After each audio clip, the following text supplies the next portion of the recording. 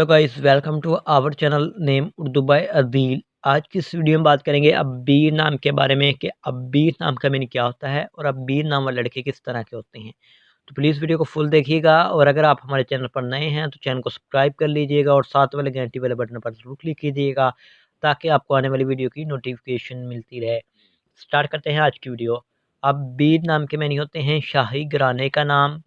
अगर अब्बीर नाम के तख्लीक ज़बान के बारे में बात की जाए तो ये एक हिंदी ज़बान का नाम माना जाता है। अब्बीर जिन्स लड़का होता है।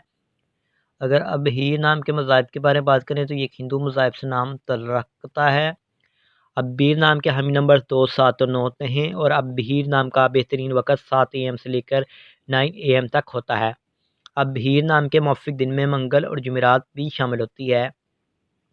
अगर आपको बताया जाए कि अब्बीर नाम के लोग किस तरह के होते हैं, लड़के किस तरह के होते हैं, तो आप ज़िंदगी में आने वाली मुश्किलात से टकराना पसंद करते हैं और उनका मुकाबला करना चाहते हैं। गाइस, अब्बीर नाम का लकी नंबर बताने से पहले आपको बताना चाहता हूँ कि डिस्क्रिप्शन में लिंक दिया हुआ है वेबसाइट का। आप अपने नाम की तफसीलात उर्दू और हिंदी में रीड भी कर सकते हैं जाकर।